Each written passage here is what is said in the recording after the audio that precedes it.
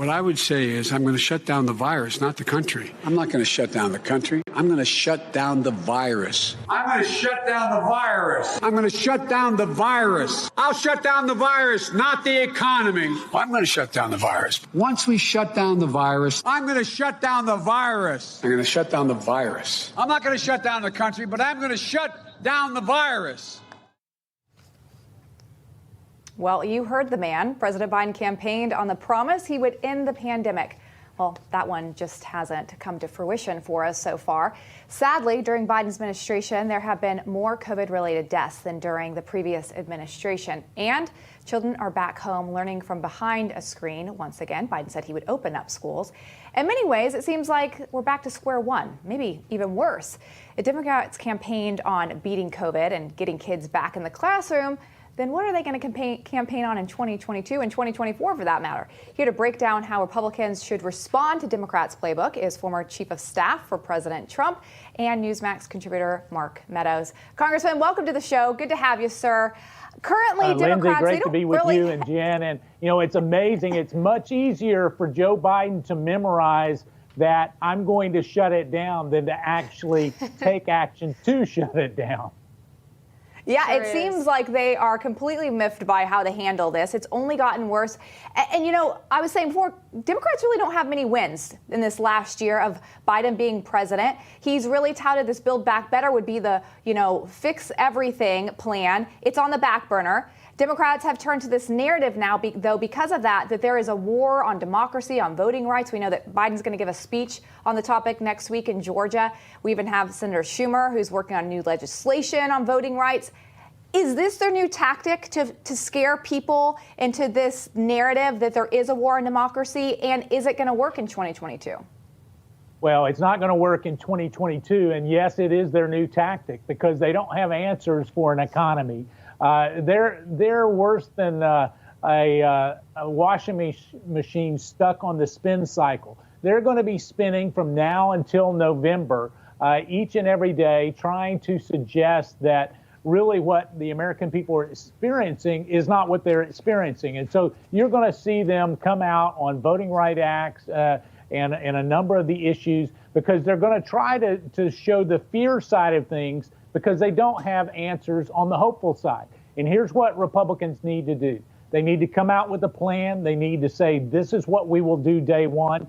And we will actually return things to the way that they were under the Trump administration, where we had inflation going down, not up, where we had wages going up, not down. And ultimately, we were respected around the world. And so we've got to make sure that we have that positive plan because it's going to be a very different message than what we're hearing out of Joe Biden and his Democrat colleagues.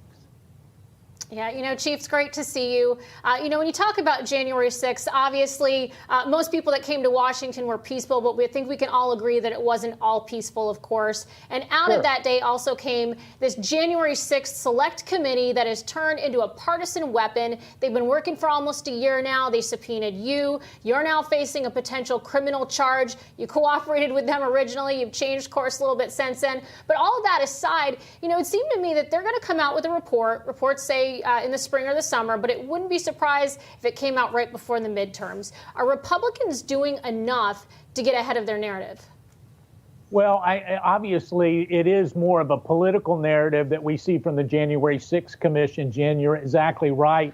That report, whether it comes out in July or it comes out in October, there's a chance that you'll see two reports. One that'll be an interim report that they can kind of campaign on at first, and then a final report that comes out right before the November elections. But it really highlights what most Americans are already seeing.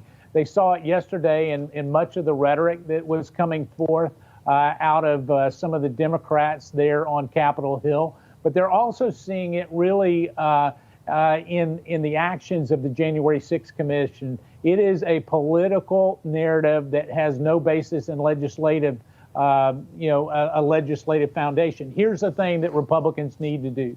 They need to call it out for what it is, because what you're going to do is, just like you saw with Kamala Harris and Joe Biden yesterday, they're going to get very aggressive on this front, And so they need to basically push back. I think the American people see it. We can all condemn the breach of security that happened at the Capitol on January 6th a year ago.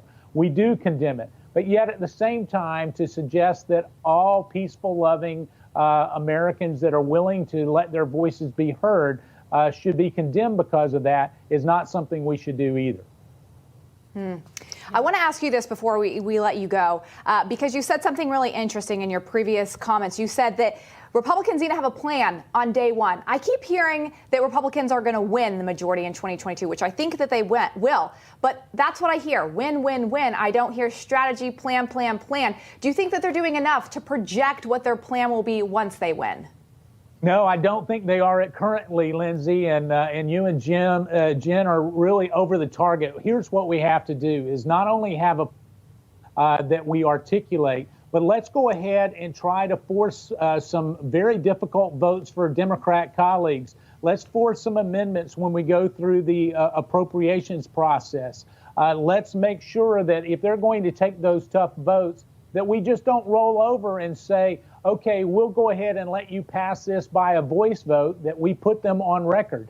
And so here's what we need to do is make sure that we show how that we're going to become energy dominant again, how we're going to control the border once again, and how we're not going to leave Americans behind in Afghanistan. Let's not forget those 13 service members who gave their life, the ultimate sacrifice because of a debacle by Joe Biden. Indeed. Congressman Chief Mark Meadows, thank you for your time. Good to see you, sir. Have a good weekend. Great to be with both of you. God bless.